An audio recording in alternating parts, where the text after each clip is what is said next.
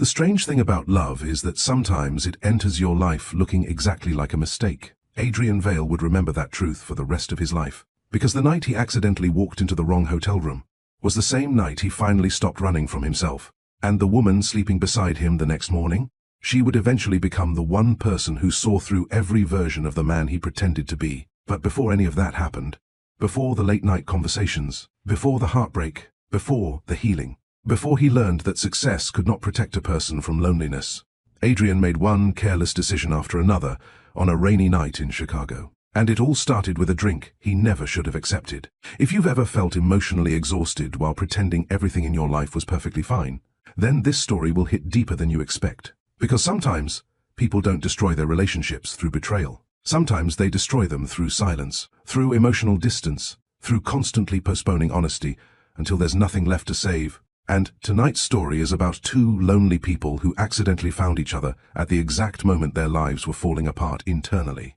But before we begin, welcome to Love Stories by Mr. Johnson, a place where stories are not just meant to entertain you, but also leave you with lessons about love, healing, relationships, and life itself. If you enjoy emotional stories with real human depth, go ahead and subscribe, like the video, and tell us in the comments, do you believe people enter our lives by accident, or for a reason?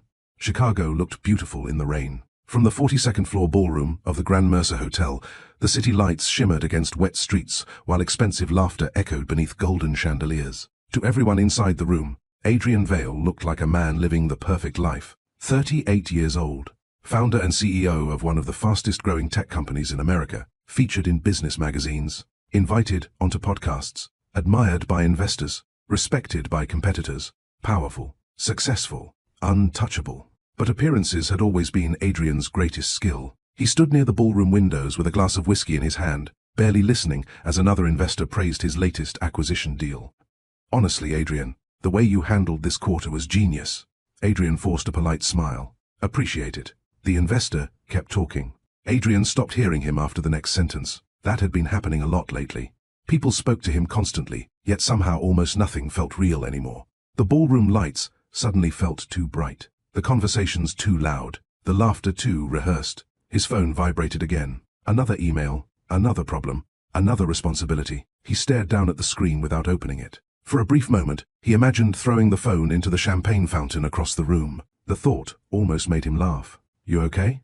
Adrian turned slightly. His assistant, Marcus, stood nearby adjusting his suit cuff. Marcus had worked with him for almost 7 years and had become one of the few people capable of reading his moods accurately. Fine, Adrian answered automatically. Marcus raised an eyebrow. That bad, huh? Adrian exhaled quietly. I'm just tired. Tired from work? Adrian looked around the ballroom slowly. That question felt more complicated than it should have. No, he admitted finally. Not just work. Marcus nodded carefully like someone walking around emotional landmines. You haven't taken a real break in almost 3 years. I'm aware. You also haven't slept properly in weeks. I'm aware of that too. Marcus lowered his voice slightly. You know, there's a difference between being ambitious and hiding inside your job. That landed harder than Adrian expected. His jaw tightened faintly. Since when did you become a therapist? Since my boss started looking emotionally dead at company celebrations. Adrian gave a short laugh despite himself. But the truth lingered uncomfortably inside him. Emotionally dead, maybe not dead, just disconnected. Like someone living his life from behind glass. Marcus studied him another second. You ever think maybe you built this company so successfully because work gave you an excuse not to deal with everything else? Adrian took another sip of whiskey. The burn felt deserved somehow. Before he could answer, another group of executives approached him with eager smiles and congratulatory handshakes.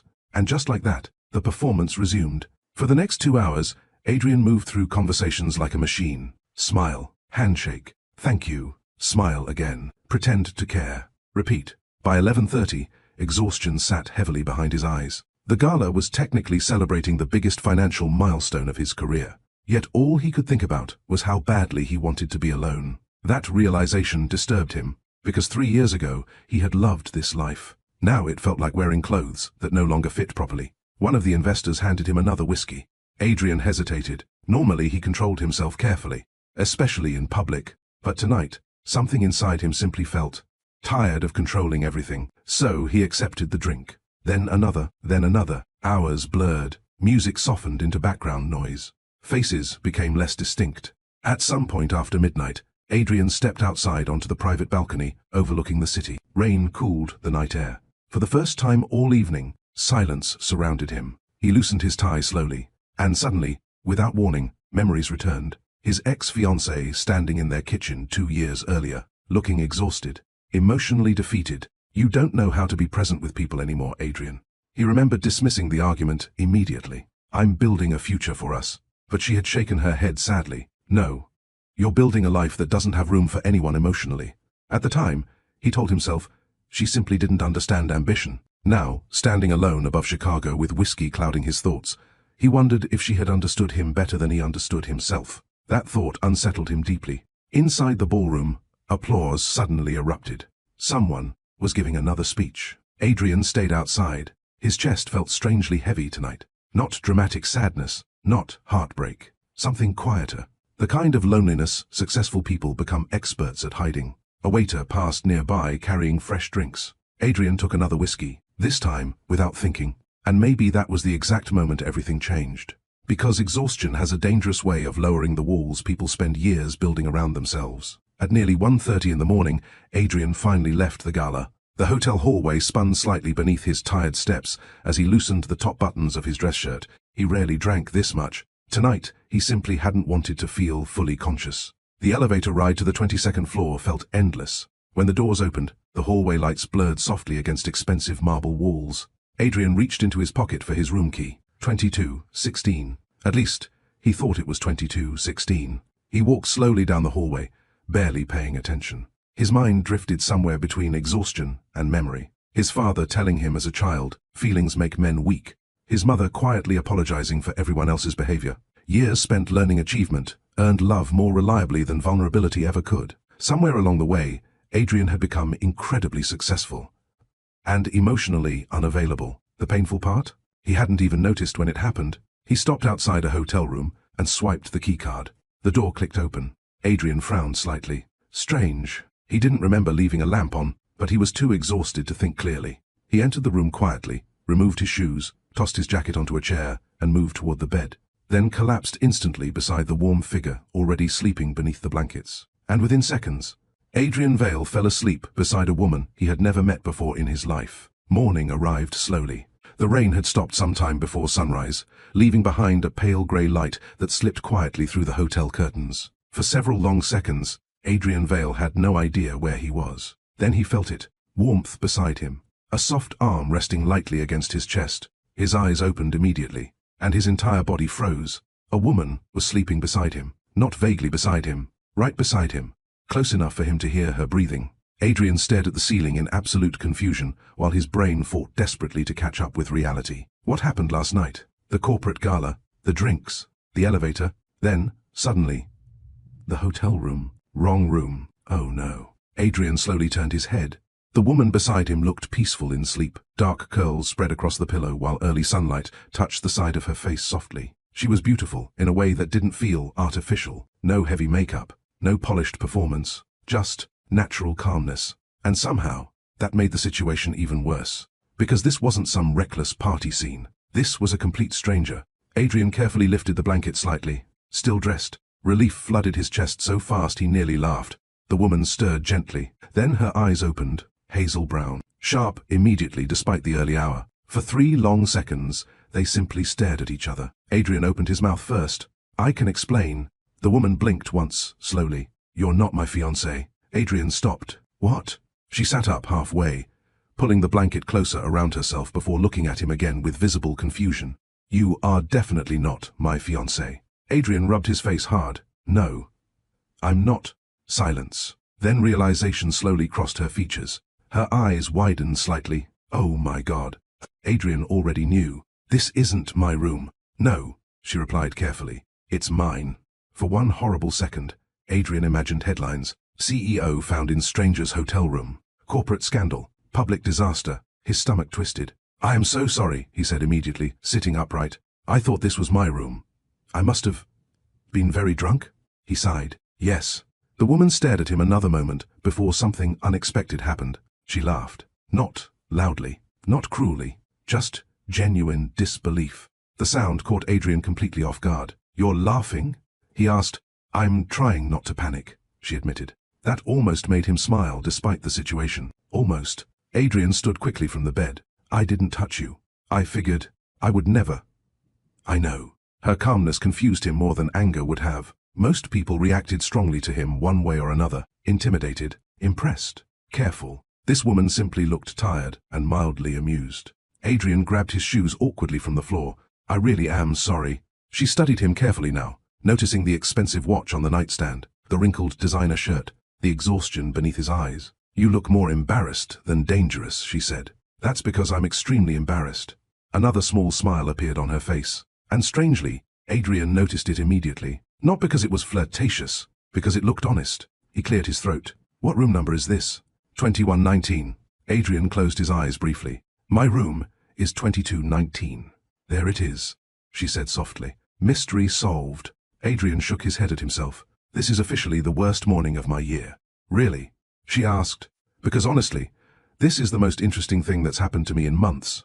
That made him look at her properly for the first time. Not just beautiful. There was something quietly sad about her too, like someone carrying emotional exhaustion gracefully. What's your name?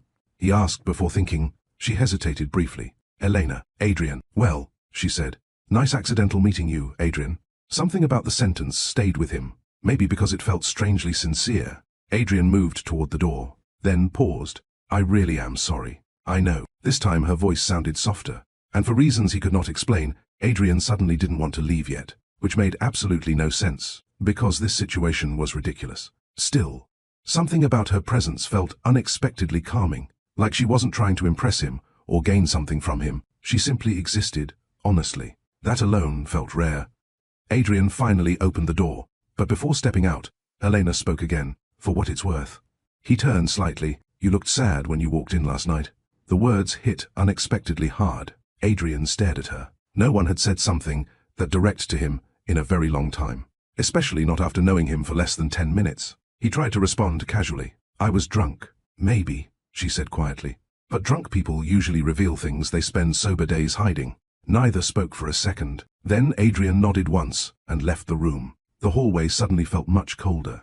He entered his actual hotel room upstairs moments later and shut the door behind him heavily, then stood there in silence. Why did that conversation bother him so much? He walked toward the bathroom mirror slowly. The reflection staring back looked polished, even exhausted. Sharp jawline, tailored shirt, expensive watch, controlled expression, successful. But Elena's words echoed again. You looked sad. Adrian leaned against the sink. The uncomfortable truth? She was right. And somehow, a stranger had noticed it faster than anyone else in his life, including himself. 2 hours later, Adrian sat inside a private breakfast meeting pretending to pay attention while executives discussed expansion projections. If we move aggressively into the European market, Adrian? He blinked. What? The room stared at him. Marcus sat across the table looking suspiciously amused. You've been staring at the same coffee cup for 5 minutes. Adrian straightened slightly. Sorry. Long night. Marcus smirked faintly. You disappeared pretty fast after the gala. I went to sleep. Technically true, just not in his own room. Adrian rubbed his temple. Why was he still thinking about Elena? People crossed paths constantly in cities like Chicago. Brief moments, random encounters, meaningless accidents. This should have already faded from memory. Yet throughout the entire meeting, fragments of the morning replayed in his mind. Her calmness, her humor, the way she observed people carefully before speaking, and especially that sentence. Drunk people usually reveal things they spend sober days hiding. That line unsettled him because it felt painfully accurate. By afternoon, Adrian finally escaped the endless meetings and left the hotel for fresh air. Chicago buzzed around him with weekend energy. Couples walked beside the river. Street musicians performed near intersections. Coffee shops overflowed with conversation and warmth. Adrian moved through the city anonymously beneath sunglasses and a dark coat, enjoying the rare feeling of not being recognized. He eventually stopped outside a small independent bookstore cafe tucked between 2 older brick buildings. Without thinking much about it, he walked inside. The smell of coffee and old books wrapped around the quiet space immediately. Soft jazz played somewhere overhead. For the first time all day, Adrian relaxed slightly. Then he saw her. Elena sat near the window with a notebook open beside untouched coffee. She looked up at the exact same moment and smiled immediately in disbelief. Well, she said as Adrian approached slowly, either Chicago is smaller than I thought, or you're following me now. To his surprise, Adrian laughed naturally. A real laugh. Not the polite, corporate version, Can I sit? Elena closed her notebook gently. You already slept in my room. Feels rude to say no now. That made him laugh again. And somehow, for the first time in months, Adrian felt something unfamiliar loosen inside his chest. Not excitement, not attraction alone. Relief, like his exhausted mind had finally found a conversation that didn't require pretending. If this story is already touching your heart, take a moment to like the video and subscribe to Love Stories by Mr. Johnson for more emotional stories about love, healing, heartbreak, and second chances. And in the comments, tell me honestly, do you think people can recognize loneliness in each other even before love begins? There are some conversations that change your life quietly. No dramatic music, no life-changing confession, no grand romantic moment. Just two people sitting across from each other realizing they can finally stop pretending. That was what Adrian felt the first time he truly talked to Elena. Not performed, not managed. Talked. The bookstore cafe remained softly busy around them, while rainwater still clung to the windows outside. People moved between shelves holding novels and coffee cups, completely unaware that two emotionally exhausted strangers were slowly beginning to change each other's lives. Adrian sat across from Elena with his untouched coffee cooling between his hands. For the first time in a long time, silence didn't feel uncomfortable. Elena studied him carefully for a moment. So, she said, are you always this calm after waking up in random women's hotel rooms? Adrian sighed. Can we agree never to describe it like that again? She laughed softly. That embarrassed you more than I expected. You have no idea. I think I do. Something about her confidence intrigued him. Not arrogance, just emotional awareness. Most people filled silence quickly around Adrian. They tried to impress him, entertain him, or gain something from him. Elena didn't seem interested in any of that. She simply observed honestly. What brings you to Chicago? Adrian asked. Photography exhibit. You're a photographer? Documentary photography, mostly. That sounds meaningful. It sounds underpaid, she corrected with a smile. Adrian smiled slightly into his coffee. What kind of things do you photograph? Elena leaned back thoughtfully. People when they forget they're being watched. That answer landed strangely deep. Why? Because that's usually the real version of them. Adrian looked away briefly. Again, he felt oddly seen around her. And you? She asked. What exactly do you do besides accidentally invade hotel rooms? I run a tech company. She waited. That's it? That's already too much of my personality. Another small laugh escaped her. Adrian realized something surprising then. He wanted to keep hearing it. I'm serious, he admitted. Most days I feel like my entire identity got swallowed by work. Elena's expression softened slightly. That sounds lonely. There it was again. That word, lonely. Adrian stared at the table quietly. It's strange, he admitted after a moment. You spend years chasing success, thinking it'll make life feel fuller. And then one day you realize everyone around you only talks to the version of you that succeeds. Elena nodded slowly like she understood more than he expected. That happens in relationships too. Adrian looked up. She wrapped both hands around her coffee cup before continuing. You can spend years loving someone while slowly becoming less honest around them. Something about the way she said it sounded personal. Your fiancé? Adrian asked carefully. A faint smile crossed her face. Ex-fiancé, now. How long? 8 years. Adrian leaned back slightly. That's a long time. Yeah, what happened? Elena stared out the window toward the rainy Chicago streets. Nothing dramatic.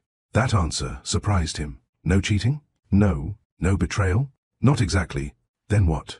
Elena exhaled slowly. We became emotionally careful around each other. Adrian frowned slightly. What does that mean? It means we stopped telling the truth because we wanted to avoid conflict. That sentence hung heavily between them. Elena continued quietly. At first it seems harmless. You avoid difficult conversations. You minimize your feelings. You tell yourself you're protecting the relationship. She paused briefly. But eventually you realize you're no longer emotionally known by the person beside you. Adrian felt something tighten painfully inside his chest. Because he understood exactly what she meant. His own engagement had ended almost the same way. Not through explosions. Through emotional erosion. You loved him? Adrian asked softly. I did. But Elena gave a sad little smile. I think people assume relationships end because love disappears. She looked down briefly before continuing. Sometimes relationships end because people stop feeling emotionally safe enough to be honest. The honesty in her voice affected him more than he expected. Most conversations in Adrian's life stayed near the surface. Business, strategy, image, success. This felt entirely different. Human. What about you? Elena asked carefully. Have you ever been engaged? Adrian nodded once. 2 years ago. What happened? He almost gave his usual answer. We wanted different things. Simple. Clean. emotionally distant. Instead, for reasons he didn't fully understand, he told the truth. She got tired of feeling emotionally alone while sitting next to me. Elena's eyes softened. That's a painful sentence. It was a painful breakup. Adrian stared down at his coffee. She used to tell me I treated emotions like problems to solve instead of experiences to feel, and was she right? He gave a humorless laugh. Probably. Silence settled briefly between them again, but it felt thoughtful, not awkward. Adrian realized something uncomfortable then. He couldn't remember the last time he'd had a conversation this honest. Not with investors, not with friends, not even with himself. Elena broke the silence gently. Can I ask you something? Sure. Are you actually happy? The question caught him completely off guard. Adrian opened his mouth, stopped, because suddenly he realized he didn't know how to answer. And maybe that alone was an answer. Elena watched the conflict cross his face quietly. That complicated, huh? Adrian leaned back slowly. I think... He paused. I think I spent so many years trying to become successful that I never stopped to ask what kind of life I actually wanted. Elena nodded softly. A lot of people do that. The strange thing was, she said it without judgment. Just understanding. And that understanding made Adrian feel unexpectedly emotional. Not dramatic emotion. Something quieter, like exhaustion finally being acknowledged. Outside the cafe windows, the rain had stopped completely now. Afternoon sunlight slowly pushed through the grey clouds, bathing the street in warm gold. Elena glanced toward it. Looks like Chicago finally decided to be nice again. Adrian smiled faintly. You sound disappointed. I like rain. Why? She thought for a moment. Because rain forces people to slow down. That sentence stayed with him. Because Adrian suddenly realized he hadn't slowed down emotionally in years. Not really. Even his relationships had been managed like business schedules. Efficient, structured, controlled. No wonder intimacy eventually collapsed beneath the pressure. Elena checked her phone briefly before slipping it back into her coat pocket. I should probably head out soon. Unexpected disappointment flickered through Adrian immediately. And he hated how quickly he noticed it. That gallery thing? He asked. Tomorrow night. You nervous? A little. You'll do fine. She smiled softly. You don't even know if my work is good. I know you notice things most people miss. For the first time since they started talking, Elena looked genuinely caught off guard. And somehow, that small reaction affected Adrian more than flirting would have, because it felt real. Then Elena tilted her head slightly. You know what's interesting? What? You looked less tired after talking for an hour. Adrian blinked. You keep doing that. Doing what? Noticing things I don't say out loud. Elena smiled faintly. That's kind of my job. And for reasons Adrian couldn't fully explain. He suddenly realized he didn't want this conversation to end.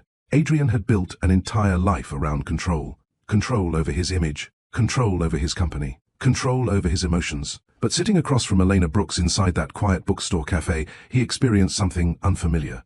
He forgot to perform. And maybe that was why her presence unsettled him so deeply. Because around her, pretending felt unnecessary. The late afternoon sunlight stretched warmly across the cafe windows, while people slowly filtered in and out around them. Hours had passed without either of them noticing. That alone felt strange. Adrian usually measured time carefully. Meetings, deadlines, schedules. Everything in his life existed inside structure. Yet somehow, talking to Elena made time feel softer, more human. She glanced at him over the rim of her coffee cup. You're thinking too hard again. Adrian smirked slightly. That obvious? You stare at things when you're emotionally overwhelmed. He laughed quietly. There's that word again. What word? Emotionally. Elena leaned back in her chair. You say it like it's dangerous. Maybe because I grew up believing it was. That shifted the mood slightly. Not heavier, just deeper. Elena rested her elbow lightly against the table. What was your family like? Adrian hesitated. He normally avoided questions like that automatically. Not because he wanted to hide his past. Because he genuinely didn't know how to talk about it. My father believed emotions distracted people from success, he said eventually. Elena listened silently. He grew up poor. Built everything himself. To him, survival meant discipline. And your mother? Adrian's expression softened faintly. She spent most of her life apologizing for everyone else. Elena frowned slightly. What does that mean? It means she avoided conflict so much that eventually she stopped expressing herself honestly. He looked down briefly before continuing. I think I learned two unhealthy things growing up. What? That love had to be earned. He paused. And that vulnerability made people difficult to respect. The honesty in his own voice surprised him. Elena's eyes stayed gentle. That's a painful combination. Yeah. For a moment, Adrian simply stared out the window. I spent most of my adult life becoming the exact kind of man my father respected. And did it make you happy? There it was again. That question, simple, direct, impossible to escape around her. Adrian exhaled slowly. I think it made me impressive. Elena said nothing. And somehow her silence invited more honesty instead of shutting it down. I don't know if those are the same thing anymore, he admitted quietly. Something shifted in Elena's expression then, like she understood that sentence personally. You know, she said softly, my ex used to call me emotionally intense. Adrian looked back at her. Were you? No. A sad smile touched her lips. I just wanted honesty. She traced her fingers slowly around the coffee cup. At first he loved that about me. The openness, the communication, the emotional depth. What changed? I think eventually some people start resenting the very intimacy they once claimed they wanted.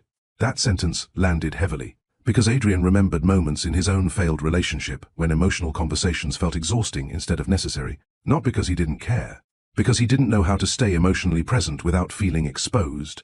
Elena continued quietly. You know what the saddest part is? What? We never had one huge, destructive moment. Her eyes drifted toward the bookstore shelves absently. We just slowly became emotionally careful around each other. Again, that phrase, emotionally careful. Adrian was beginning to understand how dangerous that could become. When people stop telling the truth, Elena said softly, relationships don't usually explode immediately. She looked back at him. They slowly stopped breathing. The sentence sat between them quietly. And for the first time in a very long while, Adrian felt genuinely uncomfortable with himself. Not because Elena judged him, because she was helping him recognize truths he'd avoided for years. He suddenly remembered something his ex-fiancée once told him during their final argument. You know how to provide everything except emotional presence. At the time, Adrian had defended himself immediately. Now he wasn't so sure she'd been wrong. Elena noticed his expression change. What are you thinking about? My ex. That serious? We were together 6 years. Elena nodded slowly. Did you love her? Adrian answered immediately. Yes. The certainty in his voice surprised even him. Elena studied him carefully. Then why didn't it work? Adrian leaned back heavily. Because I didn't know how to let someone fully matter emotionally without feeling like I was losing control. But saying that out loud felt too exposing. So instead, he answered honestly, in a different way. I thought providing stability was the same thing as emotional intimacy. Elena's face softened with understanding. A lot of people confuse those things. I gave her everything except the one thing she actually needed. And what was that? Adrian looked directly at her. My presence. Silence followed. Not awkward silence. The kind that settles when two people recognize something painfully true. Then Elena asked quietly, do you think people can change emotionally? Adrian thought about that carefully. I don't know. That answer scares you. A little. Why? Because if people can't change, he said quietly, then maybe I ruin every relationship I enter. The vulnerability in his voice surprised both of them. Elena's expression changed immediately. Softer now. More personal somehow. You don't seem cruel, Adrian. That's not exactly comforting. No, she admitted. But emotionally unavailable people are not always intentionally harmful. That sentence hit hard because it felt accurate. Some of the deepest pain people caused each other wasn't deliberate. Sometimes people hurt others simply because they never learned how to love properly themselves. Elena glanced down at her notebook sitting beside her. Adrian noticed photographs tucked between the pages. You carry your work everywhere? Pretty much. Can I see? She hesitated briefly before sliding one photo across the table. It showed an elderly man sitting alone at a bus stop beneath snowfall. The image was simple, yet heartbreakingly emotional. Adrian stared at it longer than expected. He looks lonely, he murmured. Elena nodded. He had just left the hospital after losing his wife. Adrian looked up slowly. How did you capture that expression? I waited. For what? For the moment. People stop pretending they're okay. The sentence wrapped itself tightly around Adrian's chest, because suddenly he understood why her photographs mattered. She noticed emotional truths people spent their lives hiding, and maybe that was why he felt exposed around her too. Not judged, seen. The thought should have terrified him. Instead, it felt strangely relieving. The bookstore lights flickered softly as evening approached outside. Elena checked the time and sighed. I really should go now. Adrian felt disappointment immediately again, too quickly, too naturally. And that realization alone should have warned him this connection was becoming important already. Still, he couldn't remember the last time another person made him feel emotionally awake. As they stood from the table together, Elena gathered her notebook carefully. Adrian hesitated for half a second before speaking. Would you maybe want dinner sometime? Elena looked at him calmly. Is this you asking because I'm attractive? Adrian blinked. That direct, huh? I've learned to ask important questions early. He respected that instantly. So, he answered truthfully, "No." She raised an eyebrow slightly. "No? I mean, you are attractive," Adrian admitted. "But that's not why I'm asking." "Then why?" Adrian searched for the right words. "Because talking to you feels like taking a full breath after years underwater." But saying that aloud felt dangerously honest. So instead he said quietly, "Because you make conversations feel real." For the first time since they met, Elena looked genuinely affected by something he said, and neither of them realized it yet. But that moment would become the true beginning of everything between them. Sometimes people spend so long surviving emotionally that they forget how to live honestly. Adrian Vale realized that slowly, not through one dramatic revelation, but through small moments that kept catching him off guard whenever he was around Elena. 3 days after the bookstore cafe, Adrian found himself standing outside a small art gallery downtown, holding flowers like a nervous teenager. The realization irritated him immediately. He was a CEO who negotiated multi-million-dollar deals without blinking. Yet somehow, the idea of seeing Elena again made his chest tighten with uncertainty. He glanced through the gallery windows.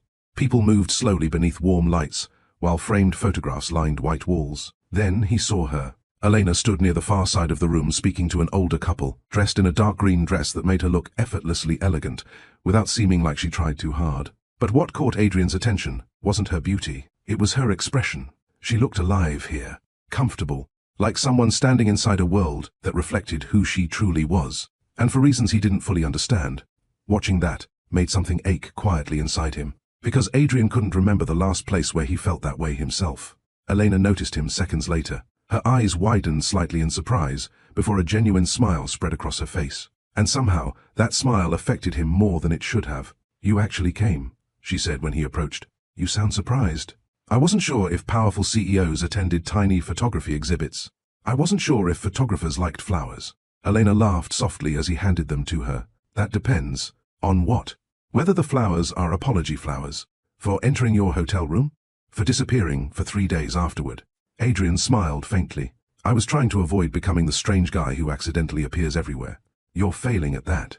The warmth between them came easier now. Natural, unforced. And that alone felt dangerous to Adrian. Because comfort created attachment, and attachment created vulnerability. Still, he stayed. For the next hour, Elena walked him through her photography collection. Adrian expected technical explanations about lighting and composition. Instead, every photograph carried emotional weight. A tired nurse crying alone beside a hospital vending machine. A construction worker asleep on a subway after a 16-hour shift. A little girl holding her father's hand outside immigration court. Ordinary people, ordinary moments. Yet somehow, Elena captured emotional truths hidden beneath them. "You notice loneliness a lot," Adrian said quietly, while studying another photograph. Elena stood beside him. "Most people are lonely." "That's depressing." "It's honest." Adrian looked toward her. "You really believe that?" Elena crossed her arms lightly. "I think people spend enormous amounts of energy pretending they're okay." That sentence settled heavily inside him because it described his own life too accurately. He glanced around the gallery. "So what do you see when you look at me?" The question slipped out before he could stop it. Elena turned toward him carefully. "You want the polite answer?" "No." She studied him for several quiet seconds. "I think you're exhausted from carrying a version of yourself that other people admire." Adrian felt something shift uncomfortably inside his chest. "And I think," she continued softly, "you don't know who you are without achievement." The words hit harder than he expected, not because they were cruel, because they felt true. Adrian looked away toward the photographs again. Most people avoided uncomfortable honesty around him. Elena walked directly into it. And, strangely, he trusted her more because of that. "You know what's funny?" Adrian said quietly. "What?" "Everyone thinks successful people stop feeling insecure." Elena smiled sadly. "Success usually just changes what people become insecure about." He laughed softly under his breath. "That sounds like experience talking." "It is." She leaned lightly against the wall beside him. "When my photography career started growing, people assumed I suddenly became confident. But achievement doesn't automatically heal emotional wounds."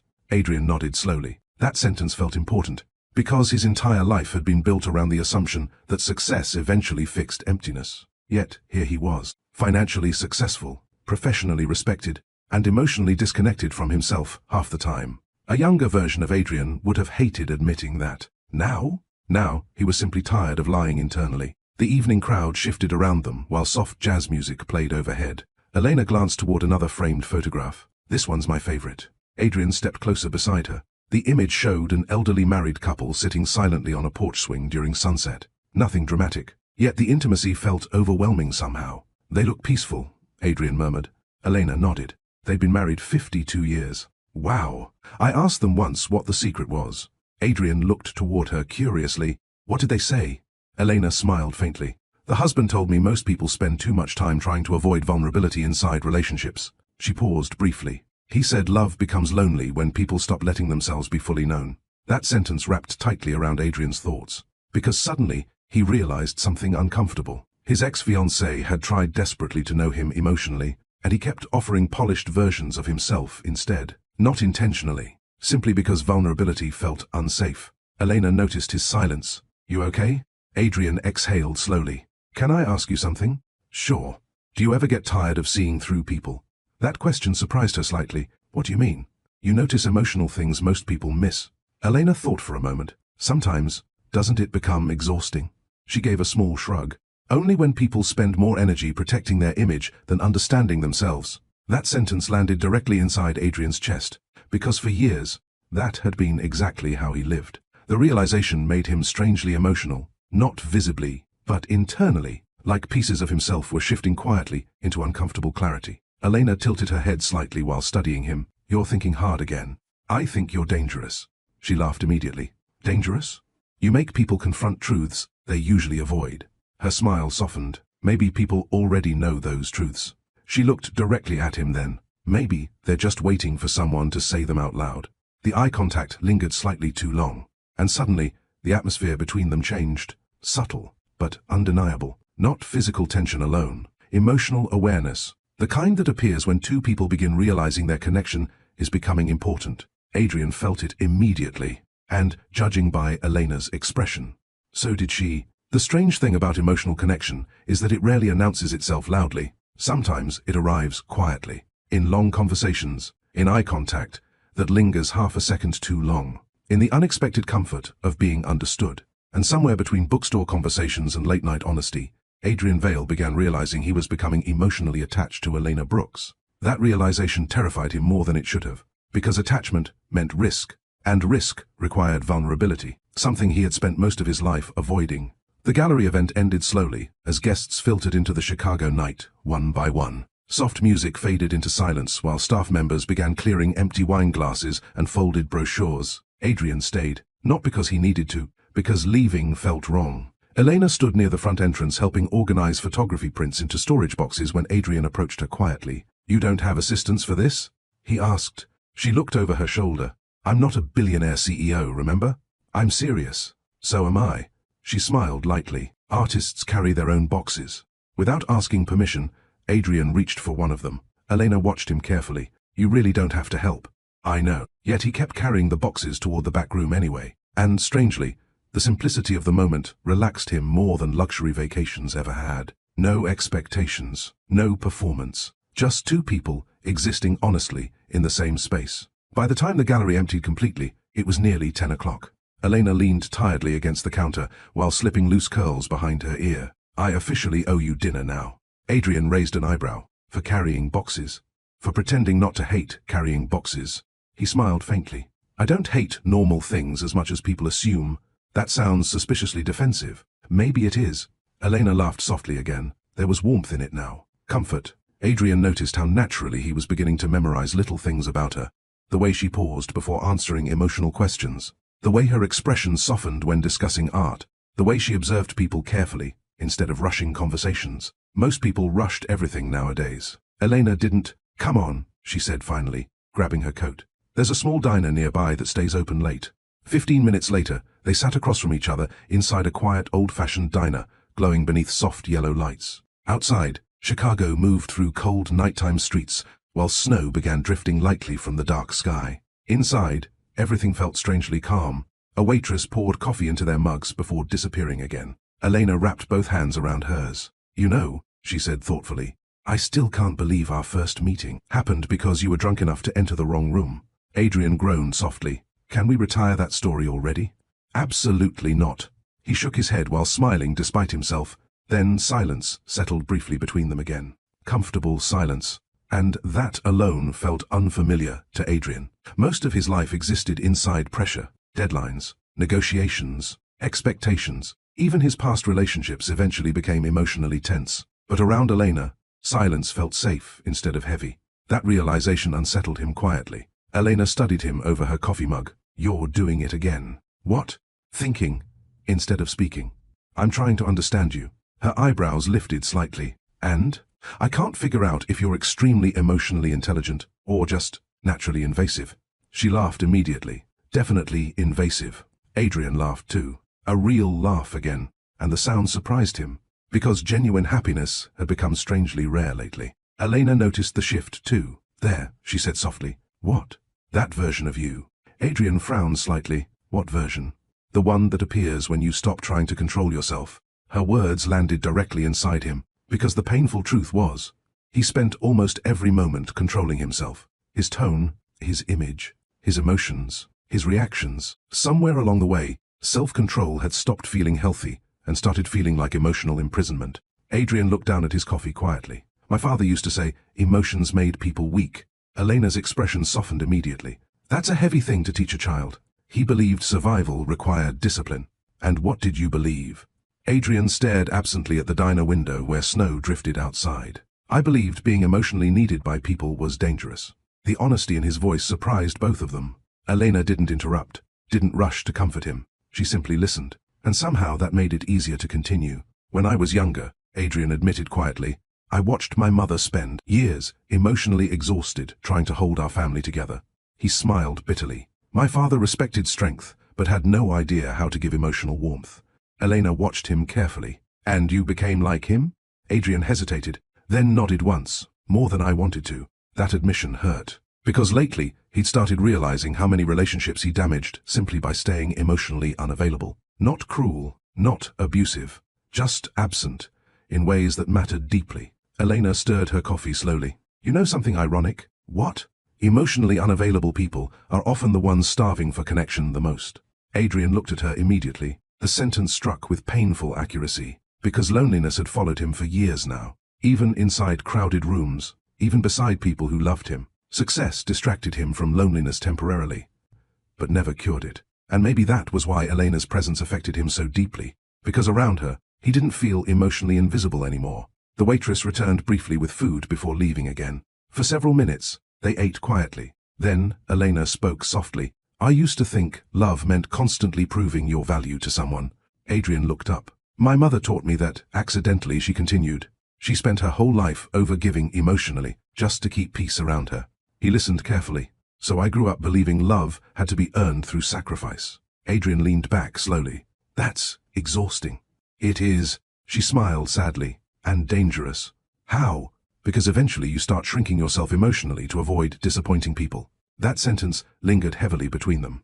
Adrian realized then that both of them carried opposite versions of the same wound. He protected himself through emotional distance. Elena protected herself through emotional self-erasure. Different survival methods, same loneliness. And maybe that was why they understood each other so naturally. The realization made the atmosphere between them suddenly feel more intimate. Not physically, emotionally. The kind of intimacy that develops when people begin recognizing their own wounds inside someone else. Elena looked down briefly before speaking again. "You know what scares me most about relationships?" "What?" "Waking up beside someone one day and realizing they no longer truly know you." Adrian felt his chest tighten painfully, because that had already happened once in his life. And suddenly, without fully thinking, he reached across the table gently. His hand touched hers, just lightly. But the contact changed the entire atmosphere instantly. Elena looked down at his hand, then back at him. Neither moved away. Outside, snow continued falling softly across Chicago. Inside the quiet diner, Adrian felt something dangerous happening inside his chest. Not lust, not infatuation, something deeper. Trust. And for a man who spent years avoiding emotional vulnerability, that frightened him more than love itself ever could. Love does not always arrive like fireworks. Sometimes it arrives like peace. Quiet, unexpected, gentle enough that you almost don't recognize it at first. That was what frightened Adrian most about Elena. Not intensity, not obsession, the calmness. Weeks passed, and somehow Elena slowly became part of his everyday life without either of them officially planning it. Morning coffee calls became routine. Late-night conversations stretched for hours. Simple dinners turned into long walks through downtown Chicago beneath glowing city lights. And for the first time in years, Adrian stopped feeling emotionally numb. One cold Saturday evening, Adrian stood inside Elena's apartment kitchen attempting to cook pasta while she watched him with visible concern. "You're cutting onions like a man holding a business meeting against his will." Adrian glanced at her defensively. "I run a billion-dollar company. And yet, that onion is winning." He laughed under his breath.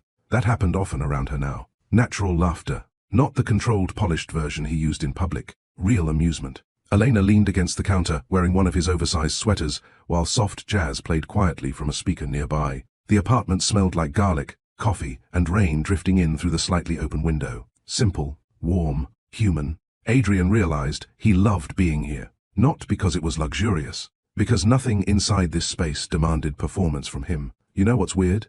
Elena asked. "What?" "You look younger when you relax." Adrian raised an eyebrow. "That sounds insulting." "It's true." She pointed toward him with a wooden spoon. "You spend too much time carrying stress in your face." "That sounds even more insulting." Elena laughed again. God, he loved that sound. The realization arrived suddenly. So suddenly, it almost stopped him, emotionally. Because Adrian Vale had spent years believing love was complicated, demanding, heavy, chaotic. But this felt easy in ways he didn't understand. Not effortless, just emotionally safe. And maybe emotionally safe love felt unfamiliar because he'd never truly experienced it before. Elena walked over beside him, reaching for the cutting board. "Move. I'm perfectly capable of cooking." "You're emotionally capable, culinarily questionable." Adrian stepped aside reluctantly while she took over. Their shoulders brushed lightly. The contact lingered for half a second too long. Neither spoke immediately. The tension between them had changed recently. Not uncomfortable tension. Awareness. Every glance lasted slightly longer now. Every silence felt fuller. And both of them noticed it. Elena focused on chopping vegetables carefully. "You've been quieter tonight." Adrian leaned against the counter beside her. "Long week. Bad week?" He thought about it. Not exactly. Then what? Adrian stared at the city lights outside her apartment window. "I had dinner with investors yesterday." Elena waited quietly. "One of them asked me what I actually enjoy outside of work." Her chopping slowed slightly. "And?" I didn't know how to answer. The honesty in his voice softened her expression immediately. "That's sad." "Yeah." Adrian rubbed the back of his neck tiredly. "I think I built my life so aggressively around achievement that I forgot to develop anything else." Elena turned toward him fully now. "That's more common than you think. But it shouldn't be." "No," she agreed quietly. "It shouldn't." Silence settled briefly between them again. Then Elena spoke softly. "You know what I think?" "What?" "I think people get so busy becoming impressive that they forget to become emotionally healthy." The sentence hit Adrian hard because it described him perfectly. For years he believed discipline alone could build a meaningful life. Now he was beginning to understand something important. A successful life and a fulfilled life were not automatically the same thing. That realization had changed him deeply these past few weeks, and Elena was part of the reason why. Not because she fixed him, because she made honesty feel possible. The pasta boiled quietly behind them, while snow drifted outside the apartment windows. Chicago looked peaceful tonight. Adrian glanced toward Elena again. She looked beautiful standing there beneath warm kitchen lighting, completely unaware of how calm her presence made him feel. And suddenly he understood something uncomfortable. He was falling in love with her. Not dramatic movie love. Something slower, deeper, more dangerous. The kind built through emotional recognition. The realization terrified him immediately, because love required vulnerability. And vulnerability still felt unsafe somewhere deep inside him. Elena noticed him staring. "What?" Adrian hesitated, then said the first truthful thing that came to mind. "You make this feel easy." Her expression softened slightly. "What?" "This?" He gestured lightly around the apartment. "Being here, talking, existing without feeling exhausted." Elena looked at him quietly for several seconds. Then she smiled sadly. "You know how rare that is?" "What?" "Feeling emotionally safe around someone." That word again. Safe. Adrian realized most of his relationships had lacked exactly that. Not because people were dangerous, because emotional honesty felt dangerous to him. And maybe that was why his past relationships slowly suffocated. He never fully let himself be known. The realization sat heavily inside his chest.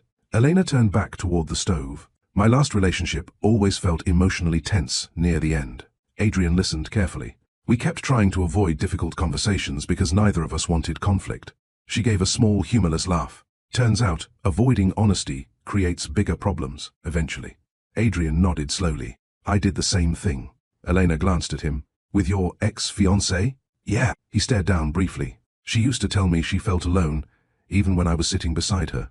The memory hurt more now than it used to, because finally, he understood what she meant. Elena lowered the stove heat gently. That must be hard to carry. It is now. Why now? Adrian met her eyes carefully. Because I'm starting to realize how much damage emotional distance actually causes. The room grew quieter after that. Not uncomfortable. Reflective. Then Elena stepped closer toward him slowly. So, what changed? Adrian's heartbeat shifted heavily, because he knew the answer immediately. But saying that aloud felt too vulnerable, too real. Instead, he answered honestly, in a quieter way. I met someone who made me want to stop hiding emotionally. The atmosphere changed instantly. Elena's breathing slowed slightly. Neither moved. Neither looked away. And suddenly, the space between them felt incredibly small. Adrian could hear his own heartbeat now, could see uncertainty and emotion flickering softly across Elena's face. This wasn't rushed attraction. It was deeper than that. Weeks of emotional intimacy had slowly carried them here, and both of them knew it. Elena's voice came barely above a whisper. Adrian? But he was already moving carefully toward her. Not impulsively, not recklessly, like a man terrified of ruining something fragile and important. Then finally, he kissed her. Softly, gently, honestly. And the strangest thing about it wasn't the passion. It was the peace he felt the moment she kissed him back. The kiss changed everything. And yet, somehow, nothing between them felt rushed afterward. That was the part Adrian couldn't stop thinking about later that night, while lying awake in his penthouse apartment, staring at the city lights beyond his windows. There had been no performance in that moment. No game. No pressure. No attempt to impress each other. Just honesty. And for a man who spent most of his life emotionally guarded, that kind of intimacy felt almost overwhelming. Adrian closed his eyes briefly. He could still feel Elena's fingers lightly against his chest. Still remember the softness in her expression afterward. Neither of them spoke immediately after the kiss. They simply stood there in her warm kitchen while snow drifted quietly outside the apartment windows. And somehow the silence said more than words could. Elena looked at him carefully then. You know what scares me? Adrian's heartbeat slowed slightly. What? That this feels real. The vulnerability in her voice affected him deeply, because he understood exactly what she meant. Real things carried risk. Real emotional connection meant another person could actually hurt you. Not intentionally, but deeply. Still, Adrian stepped closer, instead of retreating. That scares me too, he admitted. Elena smiled faintly. At least we're emotionally honest about being emotionally terrified. That made him laugh softly. Then she rested her forehead lightly against his chest. And, for the first time in years, Adrian felt calm instead of restless. The realization alone almost broke his heart, because it forced him to confront how emotionally exhausted he had truly become before meeting her. Success had filled his schedule, but it had never quieted the loneliness. Over the next several weeks, their relationship deepened naturally. No dramatic declarations, no unrealistic perfection, just gradual emotional intimacy. And strangely, that made everything feel more meaningful. They learned each other slowly. Elena discovered Adrian became quiet whenever he felt emotionally overwhelmed. Adrian learned Elena apologized too often whenever she expressed her own needs. They noticed each other's wounds gently, without trying to fix them immediately. One evening, they walked together beside the Chicago River, while cold wind curled through the city streets around them. Elena slipped her hand into his coat pocket to warm her fingers. The simple gesture affected Adrian more than grand romance ever had. You know, Elena said thoughtfully, I used to think relationships were supposed to feel intense all the time. Adrian glanced toward her. What changed? She smiled softly. I realized chaos and emotional depth aren't the same thing. That sentence stayed with him, because his past relationship had often felt emotionally exhausting near the end, not because love disappeared, because unresolved emotional wounds kept colliding silently beneath the surface. But this felt calmer, healthier, and perhaps that was why part of Adrian still struggled to trust it completely. Old fears did not disappear overnight. A week later, Adrian invited Elena to a corporate charity event downtown. The moment they entered the ballroom together, Adrian felt himself tense automatically. Elena noticed immediately. You just changed. He looked down slightly. What? Your whole body language. Adrian exhaled quietly. Corporate environments always triggered something automatic inside him. Controlled posture, careful tone, emotional restraint. The version of himself built for survival. Elena studied him thoughtfully. You become less human in rooms like this. The sentence startled him because it felt painfully accurate. Before he could respond, executives began approaching them. Handshakes, conversations, introductions, and slowly Adrian felt himself slipping back into familiar performance. confident, polished, untouchable. At one point, an investor pulled Adrian aside near the bar. "That woman with you," the man said quietly. "She's different from your usual type." Adrian frowned immediately. "What's that supposed to mean?" The investor shrugged casually. "She looks grounded." "Real." Adrian's jaw tightened unexpectedly, because, somehow, the comment irritated him deeply. Not because it insulted Elena, because it accidentally revealed how artificial parts of his world had become. When Adrian returned to Elena several minutes later, she handed him a glass of water instead of champagne. "You looked stressed." He blinked slightly. "You noticed that? You stopped smiling with your eyes." The observation hit him hard again. Elena noticed emotional shifts nobody else saw. And maybe that was why he felt simultaneously safe and exposed around her. Later that evening, while driving her home through quiet, snowy streets, Adrian spoke softly. "Can I ask you something?" "Of course." "Why do you think people become emotionally unavailable?" Elena leaned against the passenger seat thoughtfully. "I think sometimes people confuse emotional control with emotional strength." Adrian tightened his hand slightly against the steering wheel. "That sounds familiar." She looked toward him gently. "You learned very early that vulnerability was unsafe." The painful part was how true that felt. Adrian stared at the road ahead silently. "My father respected discipline more than emotional honesty. And now?" Adrian gave a small, humorless laugh. "Now I don't know how to need people without feeling weak." The honesty in his voice filled the car quietly. Elena reached across the center console and touched his hand gently. "That's not weakness, Adrian." He looked at her briefly. "Then why does it feel terrifying?" Elena smiled sadly. "Because needing people means they matter enough to hurt you." That sentence settled deeply inside him, because love was beginning to terrify him now in ways success never had. Not because he doubted Elena, because he was finally allowing someone close enough emotionally to affect him deeply, and that level of vulnerability felt unfamiliar, dangerous even. When they arrived outside Elena's apartment building, neither moved immediately. Snow continued falling softly beyond the windshield. Then Elena turned toward him carefully. "You've changed a lot these past few weeks." Adrian looked surprised. "Have the first?" "Yes." "How?" "You listen more now." The comment caught him off guard. "You also stop pretending you're okay when you're not." Adrian leaned back slowly against the seat. "That still feels uncomfortable." "I know." She smiled softly. "But emotionally healthy things often feel uncomfortable at first." That sentence stayed with him long after she kissed him goodbye and disappeared into her apartment building. Because Adrian realized something important while driving home alone that night. For years he believed love was mostly about finding the right person. But Elena was teaching him something deeper. Healthy love also required becoming emotionally honest with yourself. And maybe that was the real reason relationships failed. Not always because people stopped loving each other, but because they stopped growing emotionally. If you're still watching this story, then you already understand something important. Real love is not always loud or dramatic. Sometimes, the healthiest relationships are the ones that bring peace instead of confusion. So tell me in the comments, have you ever met someone who made you feel emotionally safe instead of emotionally exhausted?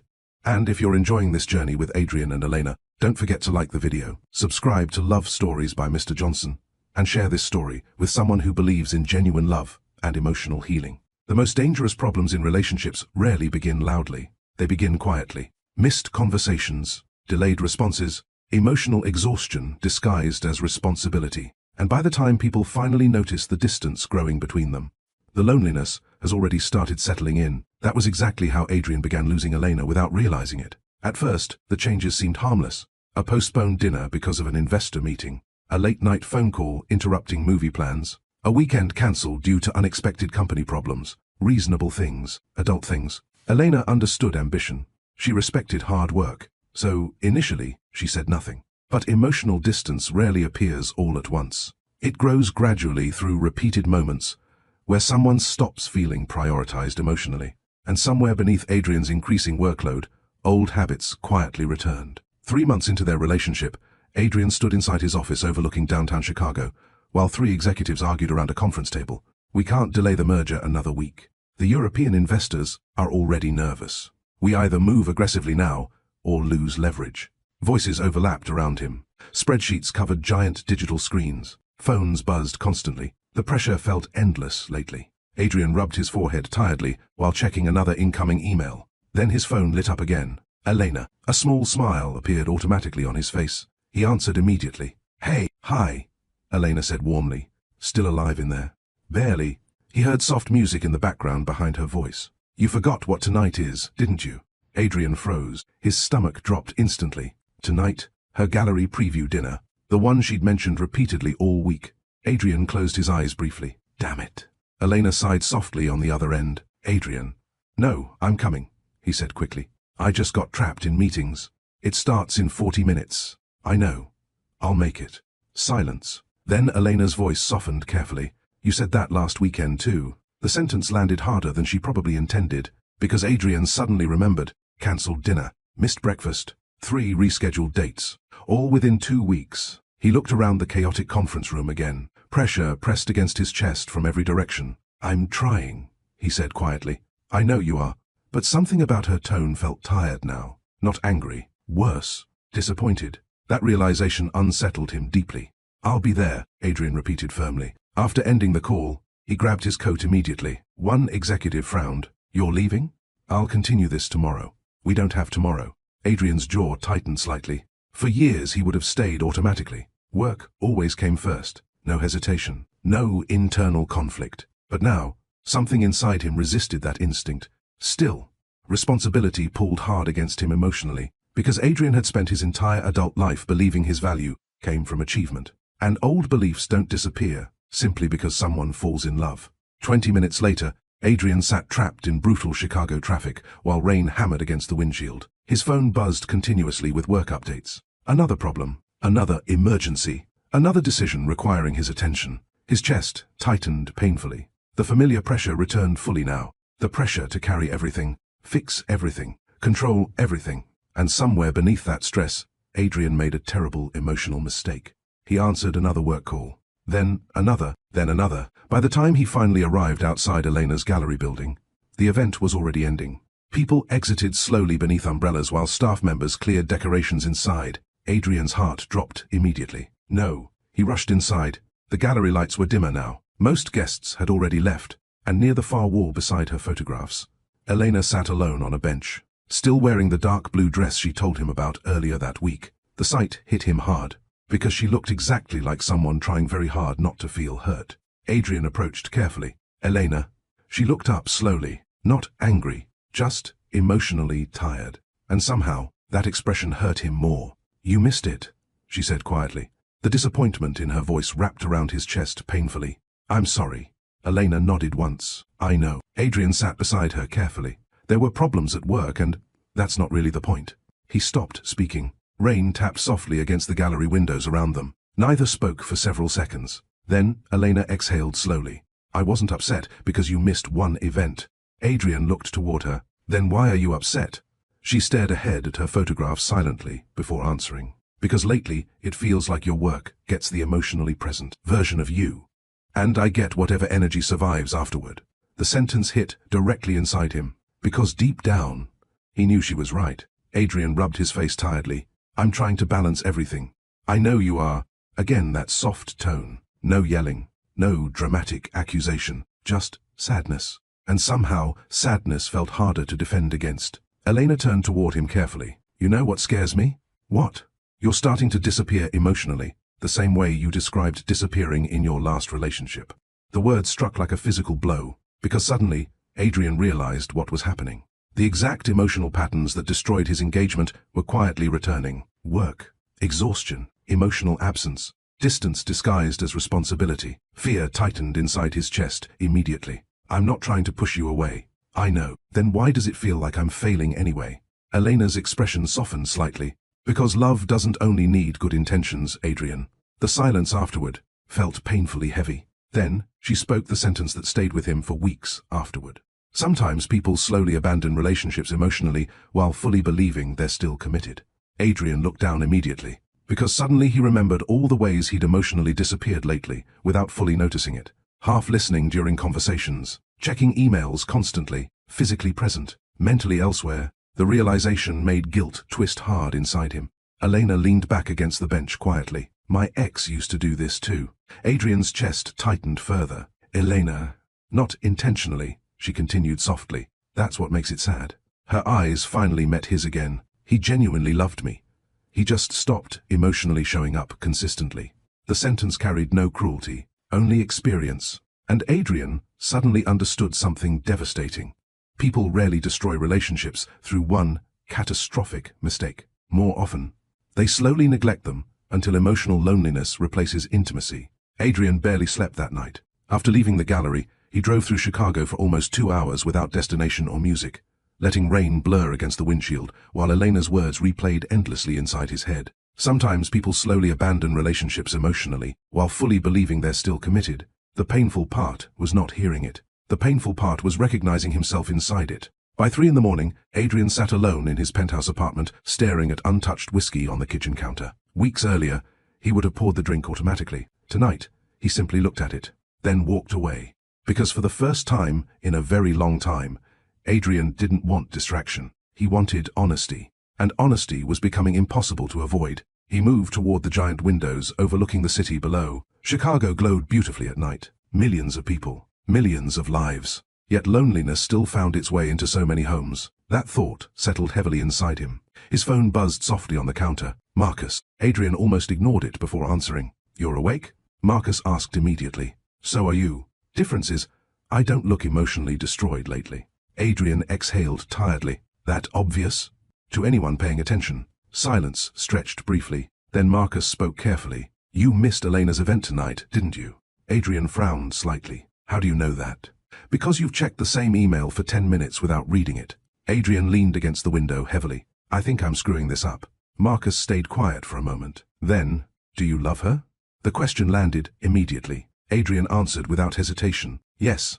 No confusion. No uncertainty. And somehow, saying it aloud made the fear inside him deepen, because now there was something real to lose. Marcus sighed softly through the phone. "Then, stop treating your relationship like something that'll survive automatically while you prioritize everything else." Adrian closed his eyes briefly. "I'm trying." "No," Marcus replied carefully. "You're repeating old survival patterns." That sentence hit hard, because lately, Adrian had begun noticing how automatically he returned to emotional avoidance under stress. Work overwhelmed him. Withdraw emotionally. Pressure increased. Become unavailable. Feel vulnerable. Hide inside achievement. Those instincts were so deeply wired into him that half the time he didn't even notice them happening, until someone he loved started feeling lonely beside him. Marcus continued quietly. "You know what your problem is?" Adrian gave a tired laugh. "Only one? You think responsibility excuses emotional absence."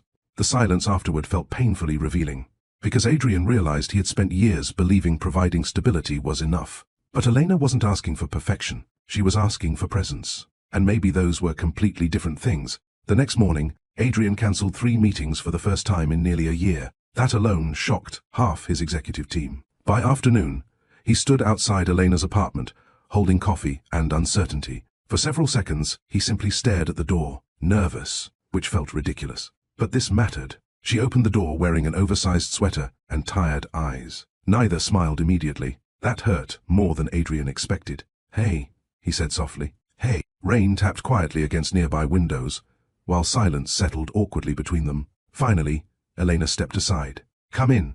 Her apartment felt different today. Not cold, just emotionally careful. Adrian noticed the distance immediately, and suddenly he understood something deeply uncomfortable. Emotional disconnection could begin long before relationships officially ended. He handed her the coffee awkwardly. "I remembered your order." "That's a good sign." The attempt at humor sounded tired. Adrian rubbed the back of his neck slowly. "I've been thinking about what you said last night." Elena leaned lightly against the kitchen counter. "That makes one of us."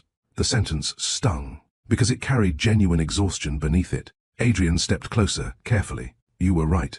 Elena looked up at him silently. "I've started disappearing emotionally again." Her expression softened slightly but remained guarded. "Why?" The question sounded sincere, not accusatory, and Adrian realized he didn't fully know how to answer. Because emotional avoidance had become instinctive for him. Automatic. "When things get overwhelming," he admitted quietly, "I default to work because it feels controllable." Elena listened carefully. "Relationships don't." "No." The vulnerability in that single word lingered heavily between them. Adrian exhaled slowly. "I think somewhere deep down, I still associate emotional closeness with risk." Elena crossed her arms lightly. "That's honest.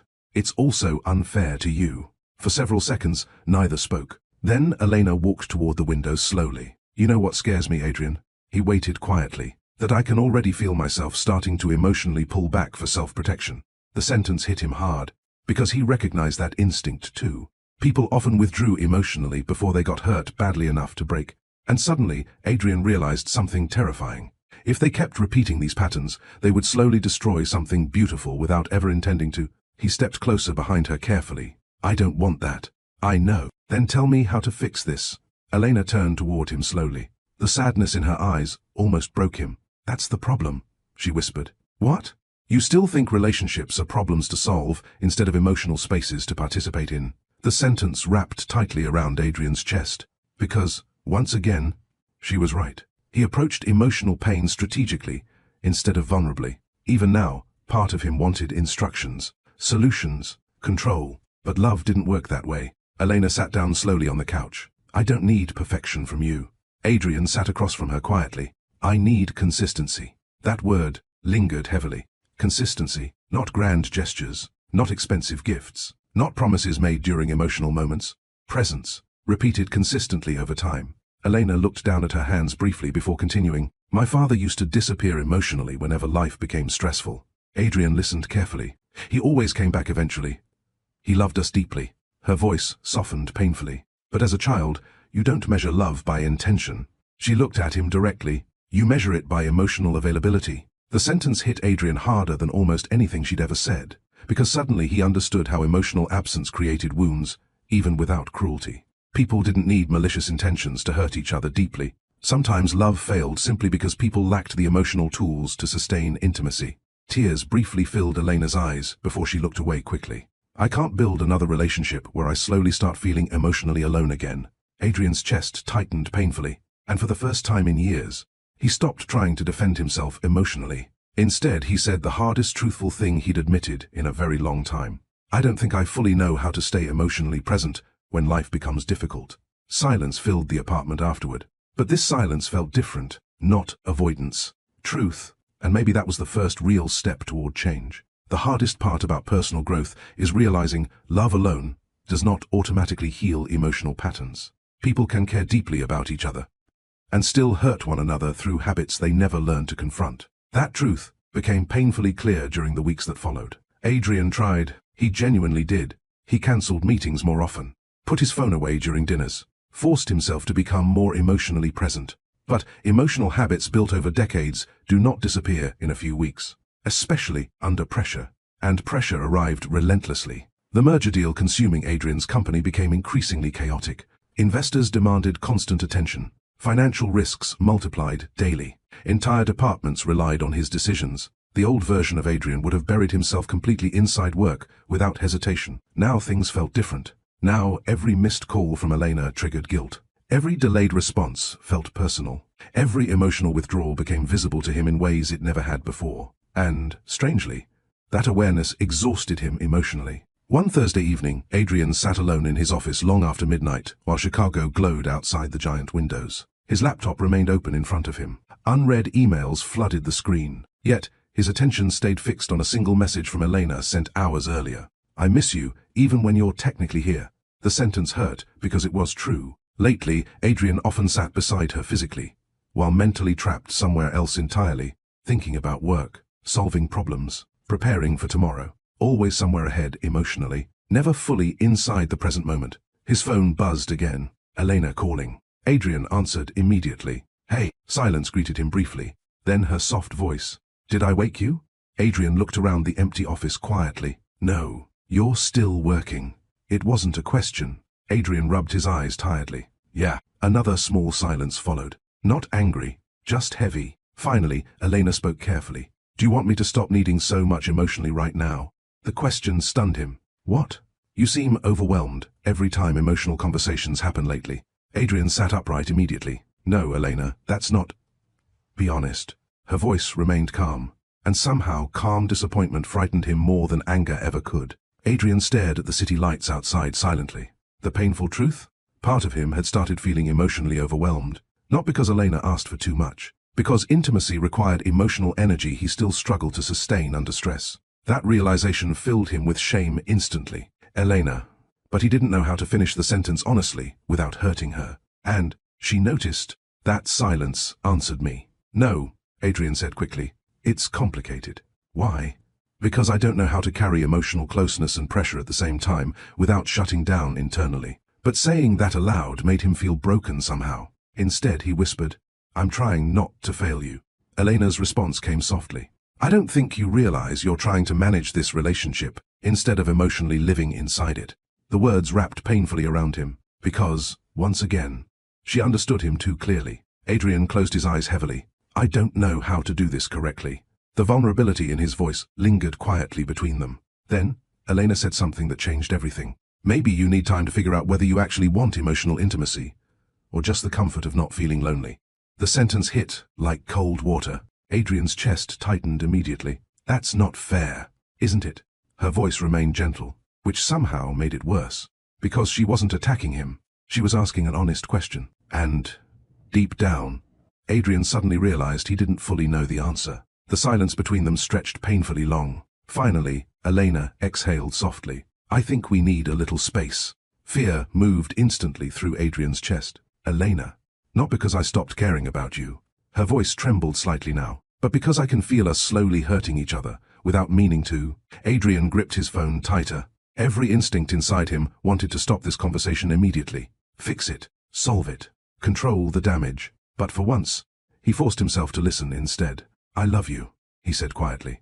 The confession filled the silence heavily. Elena stopped breathing for half a second, because despite everything, neither of them had actually said those words aloud before, and somehow hearing them now felt heartbreaking instead of romantic.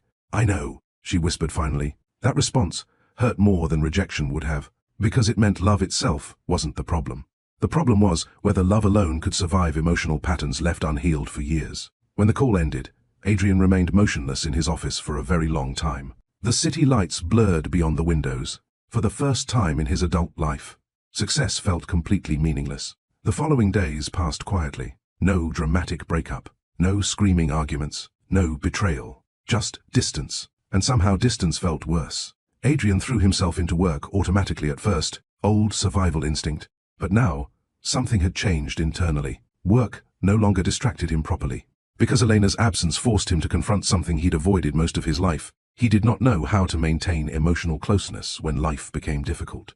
That realization followed him everywhere. At meetings, inside elevators, lying awake at night. And slowly, Adrian began understanding something uncomfortable. His emotional avoidance wasn't just affecting romantic relationships. It shaped his entire life. One evening, Marcus found him alone in the office kitchen staring blankly at cold coffee. You look terrible, Marcus said honestly. Adrian gave a tired laugh. Appreciate the support. I'm serious. Marcus leaned against the counter carefully. What happened? Adrian stared down at the coffee cup. I think Elena's pulling away. Marcus nodded slowly like he expected that answer. And what are you doing about it? I don't know. That admission felt humiliating somehow. Adrian Vale always had answers professionally, always knew strategies, solutions, direction. But emotionally, he suddenly felt completely lost. Marcus watched him carefully. You know something? What? You spend your entire life trying to control outcomes emotionally. Adrian frowned slightly. What's wrong with that? It prevents real vulnerability. The sentence lingered heavily. Marcus continued, you treat emotional closeness like something that should operate efficiently if you make enough effort. Adrian stayed quiet, because again, the observation felt painfully accurate. Marcus sighed softly. You can't negotiate intimacy like a business deal. The silence afterward stretched long. Then Adrian spoke quietly. I think I learned how to succeed professionally before I ever learned how to connect emotionally. Marcus nodded once. That sounds true. For the first time in years, Adrian felt emotionally stripped of certainty. And strangely, that terrified him enough to finally consider something he'd avoided his entire life. He needed help. Real help. Not self-help books. Not productivity strategies. Not distraction through work. Actual emotional help. The realization sat heavily inside his chest while rain began falling quietly outside the office windows. And somewhere deep inside himself, Adrian finally admitted a truth he had spent decades avoiding. He did not fully know how to love in a healthy way yet. Admitting you need help can feel like failure when your entire identity is built around being strong. That was the part Adrian struggled with most. Not the loneliness, not the distance from Elena, not even the fear of losing her. It was the unbearable realization that emotional intelligence did not automatically arrive with age, money, or success. And for the first time in his life, Adrian could no longer hide from that truth behind achievement. 3 days later, he sat inside a therapist's office, feeling more uncomfortable than he had during any boardroom negotiation in years. The room itself was calm. Soft lighting, bookshelves, warm grey walls. Nothing intimidating, yet Adrian's chest still felt tight with resistance. Across from him sat Dr. Rachel Myers, a woman in her 50s whose calmness somehow made dishonesty feel impossible. "So," she said gently, "what brought you here?" Adrian almost gave the polished version.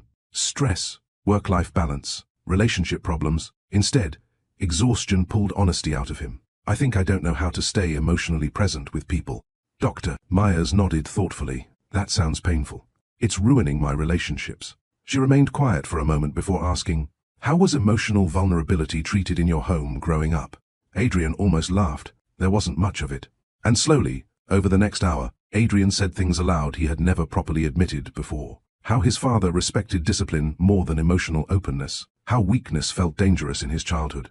How achievement became the safest way to receive approval. How emotional dependence felt terrifying somewhere deep inside him. By the end of the session, Adrian sat emotionally drained. Dr. Myers studied him carefully. "You learned how to survive emotionally," she said softly. Adrian looked down quietly. "But survival skills often damage intimacy later in life." The sentence wrapped tightly around his chest, because suddenly, his entire adult life started making painful sense. Why work always felt safer than vulnerability. Why emotional closeness triggered anxiety. Why he withdrew internally whenever relationships became emotionally demanding. Not because he lacked love, because intimacy activated old fears he never learned to heal.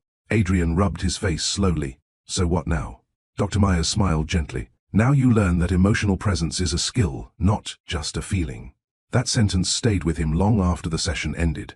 A skill, not instinct, not personality, not magic. Something learned. That realization gave him unexpected hope, because maybe he wasn't emotionally broken after all. Maybe he was simply emotionally underdeveloped in ways success had hidden for years. Meanwhile, across the city, Elena sat alone inside her apartment, editing photographs, while trying unsuccessfully not to think about Adrian. The silence between them hurt more than she expected, because despite everything, she still loved him deeply. And that made the situation more painful, not less. Elena leaned back from her computer tiredly. Her best friend, Naomi, sat nearby on the couch, watching her carefully. "You still checking your phone every 5 minutes?" Elena sighed. "No." Naomi raised an eyebrow. That sounded dishonest. Elena smiled weakly despite herself. "I miss him." Naomi softened immediately. "I know." Elena stared toward the apartment window quietly. "The frustrating part is that he's not a bad man." "No," Naomi agreed. "He sounds emotionally overwhelmed, not malicious. That almost makes it harder." Naomi nodded slowly. "Because sometimes relationships hurt most when nobody intended harm." Elena wrapped a blanket tighter around herself. "I think he genuinely wants to love well, but he doesn't know how to stay emotionally open once pressure enters his life." The sentence sounded painfully accurate even aloud. Naomi tilted her head thoughtfully. "Do you think people can learn that?" Elena stared down at her hands. "I don't know. But privately, she hoped they could, because part of her recognized something important about Adrian. He was finally becoming self-aware, and self-awareness changes people. Slowly, painfully, but genuinely. The next week passed quietly. No dramatic messages, no emotional begging, just space. And inside that space, both Adrian and Elena began confronting themselves honestly for the first time in years. Adrian attended therapy twice more. Each session peeled back uncomfortable truths. "You associate emotional needs with pressure," Dr. Myers observed during one session. Adrian frowned slightly. "What does that mean?" "It means when someone needs emotional closeness from you, part of your nervous system interprets it as losing freedom or control." The observation stunned him, because suddenly he recognized the feeling exactly. Whenever relationships deepened emotionally, panic quietly followed. Not panic about commitment, panic about emotional exposure. Dr. Myers continued carefully. "You learned early that being emotionally needed could become overwhelming." Adrian sat silently, thinking about his mother carrying everyone's emotions alone, thinking about his father disappearing emotionally whenever vulnerability appeared. And suddenly he understood. He had inherited emotional avoidance without realizing it. That realization hurt deeply. But it also changed something important. For the first time, Adrian stopped viewing himself as simply bad at relationships. Instead, he began recognizing patterns that could actually be healed. Meanwhile, Elena confronted difficult truths too. One afternoon, while reviewing old photographs, she realized something painful. She often expected abandonment before it fully happened, even with Adrian. especially with Adrian, because somewhere deep inside herself, she still believed emotional disappointment was inevitable eventually. That realization unsettled her, not because it excused Adrian's behavior, because it revealed her own wounds too. Later that evening, Naomi spoke carefully while helping organize photography prints. "You know," she said, "you protect yourself emotionally by preparing for disappointment early." Elena looked up slowly. "What's that supposed to mean?" "You emotionally withdraw the moment you sense instability." Elena frowned. "That's self-protection." "Sometimes," Naomi's voice softened, "but sometimes it becomes fear controlling intimacy."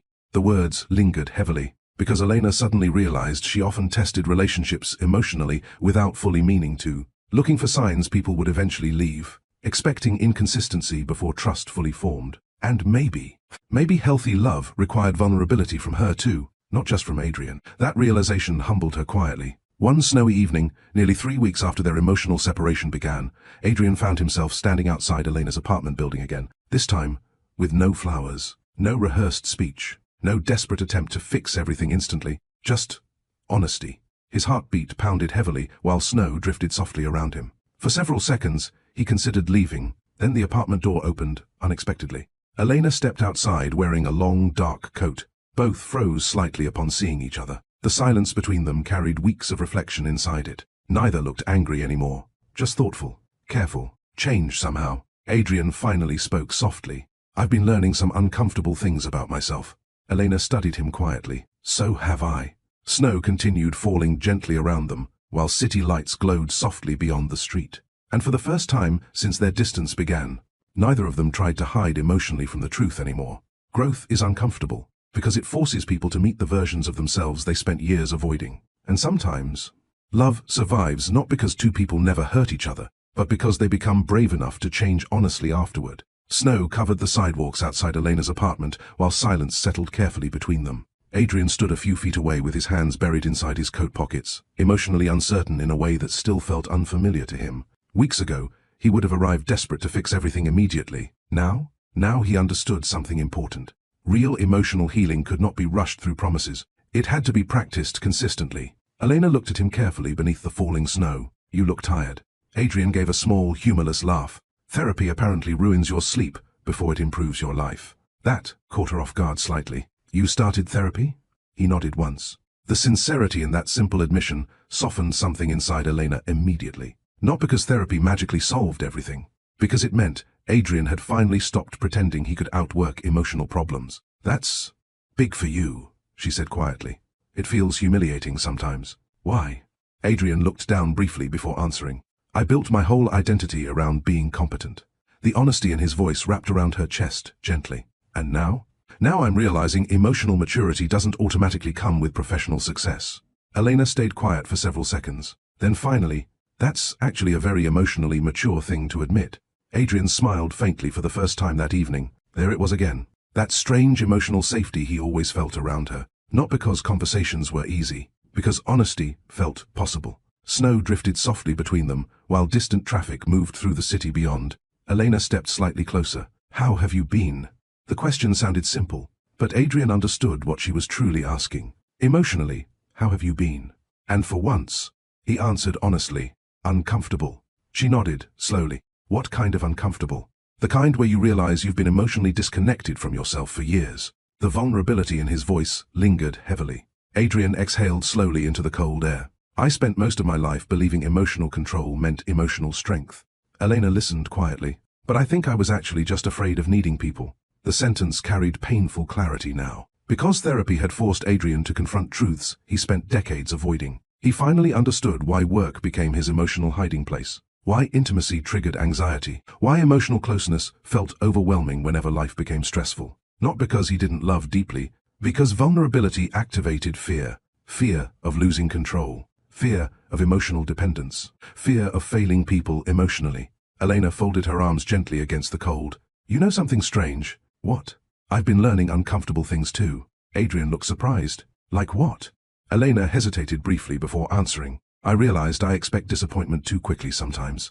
The honesty caught him off guard. "I prepare myself emotionally for abandonment before relationships fully have the chance to succeed." Adrian studied her carefully. "That sounds exhausting." "It is." She smiled sadly. I think I learned to emotionally brace myself early because I thought it would hurt less if people eventually disappointed me. The confession settled quietly between them, and suddenly, Adrian realized something important. Both of them had been protecting old wounds, instead of building healthy intimacy. Different survival strategies. Same fear. Neither spoke for several seconds. Then Adrian finally said softly, "I miss you." Elena's breathing slowed slightly, not because the words surprised her, because they sounded completely unguarded. No performance, no charm, just truth. "I miss you too," she admitted quietly. The honesty between them felt fragile now. Important. Adrian stepped closer slowly. "I don't want to repeat the same emotional patterns forever." Elena looked directly at him. "Neither do I." Something shifted gently between them then, not dramatic reconciliation. Something deeper, mutual self-awareness. The understanding that love alone was not enough without emotional growth beside it. Adrian rubbed his hands together against the cold. "Do you want to walk?" Elena smiled faintly. "In this weather? I'm trying to become emotionally healthier, not smarter." That made her laugh softly for the first time in weeks, and hearing that sound again loosened something tight inside Adrian's chest. They began walking slowly through the snow-covered streets together, not touching yet, but emotionally closer than they'd been in a long time. Chicago glowed beautifully around them beneath winter lights, while soft snow continued falling quietly. For several minutes, neither spoke. Then Elena asked carefully, "What's therapy been like?" Adrian gave a small exhale. "Humbling. That bad? I spent 40 years thinking I was emotionally disciplined." He looked ahead toward the glowing streets. "Turns out, I was emotionally avoidant." The sentence carried both pain and relief, because finally naming the problem made it feel less invisible. Elena listened carefully while they crossed a quiet intersection. "What's the biggest thing you've realized?" Adrian thought about it for several moments, then answered honestly, "I thought love meant responsibility." Elena looked toward him. "But emotional intimacy requires presence, not just responsibility." The sentence hit her deeply, because that was exactly the lesson she needed him to understand. Adrian continued quietly, "I used to think providing stability was enough. But people need emotional connection more than perfect performance." The maturity in his words affected her more than flowers or grand gestures ever could. Because growth sounded different from apology. Growth carried self-awareness. And for the first time since their relationship became difficult, Elena felt genuine hope again. They eventually stopped beside the riverwalk, overlooking dark water shimmering beneath city lights. The cold wind curled softly around them. Adrian looked toward the skyline quietly. "You know something I've been thinking about lately?" "What?" "I spent years becoming successful because I thought achievement would finally make me feel secure emotionally." Elena stayed silent. "But success never actually taught me how to connect." His voice softened. "It just distracted me from loneliness." The honesty in that confession settled deeply between them, because loneliness had shaped both their lives differently. Elena looked down at the river thoughtfully. "I used to think love meant constantly proving my value to people." Adrian turned toward her carefully. "But healthy love shouldn't require emotional self-erasure." Their eyes met, and suddenly both realized something important at the exact same moment. They were no longer having the same conversations as before. These conversations carried awareness now. Responsibility, reflection, growth. Not perfection, but movement. And maybe that was what healing actually looked like. Not becoming flawless overnight, but finally becoming honest enough to change. Healing rarely looks dramatic while it's happening. Most of the time, it looks like small choices repeated consistently. Listening instead of withdrawing. Speaking honestly instead of pretending. Staying emotionally present when old instincts tell you to disappear. That was the stage Adrian and Elena entered next. Not perfect love. Intentional love. And strangely, intentional love felt deeper than fantasy ever could. The weeks following their reconciliation moved slowly, carefully. Neither tried rushing back into emotional comfort immediately. This time, they paid attention to the difficult parts, instead of pretending love alone would automatically solve everything. And somehow, that honesty made the relationship stronger. One Sunday morning, Adrian stood inside Elena's kitchen making coffee while she edited photographs nearby at the dining table. Soft sunlight spilled through the apartment windows while old jazz music played quietly in the background. Simple moment. Ordinary. Yet Adrian noticed something important. For the first time in his adult life, peace no longer made him restless. That realization mattered more than he could fully explain, because chaos had shaped him for years. Pressure, work, constant movement. Stillness once felt uncomfortable. Now it felt healing. Elena glanced toward him over her laptop screen. "You're staring into space again." Adrian smiled faintly while pouring coffee. "I'm reflecting. You were holding the coffee pot, like a philosopher. That's emotionally judgmental. She laughed softly. God, he missed hearing that sound regularly. He carried 2 mugs toward the table before sitting across from her. Elena closed her laptop slowly. You seem lighter lately. Adrian thought about that carefully. I think I stopped fighting emotional honesty so aggressively. That sounds healthy. It's exhausting too. Elena smiled knowingly. Growth usually is. Adrian leaned back slightly. I used to think emotionally healthy people naturally knew how to handle relationships. And now? Now I think healthy relationships are mostly built through awareness and effort. The maturity in his voice still surprised her sometimes. Not because Adrian lacked intelligence before, because self-awareness had softened him emotionally. That change affected everything. He listened more carefully now, paused before reacting defensively, spoke openly when overwhelmed instead of disappearing internally. Not perfectly, but consistently, and consistency creates trust. Elena wrapped both hands around her coffee mug quietly. You know what I noticed recently? What? You apologize less now. Adrian looked surprised. I used to apologize constantly whenever I needed emotional reassurance. She smiled faintly. I think I spent years believing my needs made me difficult. Adrian's expression softened immediately. That must have been lonely. It was. Elena looked down briefly. But I'm learning healthy relationships allow space for honesty without punishment. The sentence settled warmly between them, because both of them were finally experiencing that lesson together. Later that afternoon, Adrian attended one of Elena's photography workshops for teenagers on the south side of Chicago. Watching her teach affected him deeply, not because she tried to impress anyone, because she genuinely cared. One teenage boy hesitated while holding an old camera awkwardly. I'm not good at this, the boy muttered. Elena crouched beside him calmly. You know what photography really is? The boy shrugged, learning how to notice things people overlook.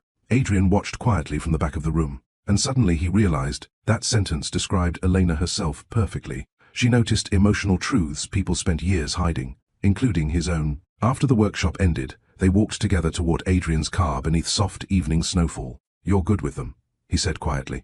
Elena shrugged lightly. They just need someone to encourage them honestly.